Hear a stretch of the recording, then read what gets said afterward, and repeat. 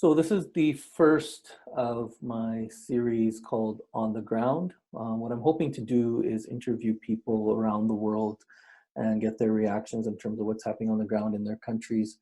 I think that there is some value in talking to people who are living their lives, and especially some of the so-called hotspot countries, I guess, where of interest like India, Sweden, definitely the US, China, Singapore, Taiwan, to really just get an insight into everyday people's lives and how the pandemic is affecting them. I'm trying to stay away from highly political views. Not really interested in that. I think that's covered as much as it needs to be in the media. I'm more interested in just everyday people and their lives and how they feel the government's response is, what they feel like the contributing factors are in terms of transmissions and deaths, and just overall, see how people are feeling around the world. So this will be called the On the Ground series from Statecraft. I hope you enjoy it and learn from it. And I'll do a series of it. I've got someone in India lined up. I've got somebody in Pakistan, Sweden, a few people in the US lined up.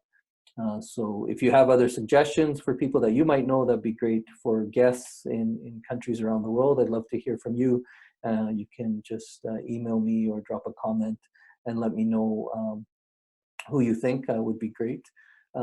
My first guest is Pathros Alex. He lives in Kerala, India, which is the southeastern tip of India, a beautiful place that's known for its tourism. And he's been living there.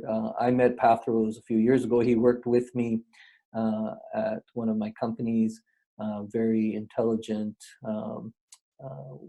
well-informed individual. So I reached out to him to get a real understanding of what's happening in India in terms of, they're on their third lockdown now, so they've taken a different approach to lockdown, what's happening in terms of government and industry response, how the economy is doing, what are the cultural factors that might affect a place like India in terms of being able to keep its transmission, infection, and death rate so low.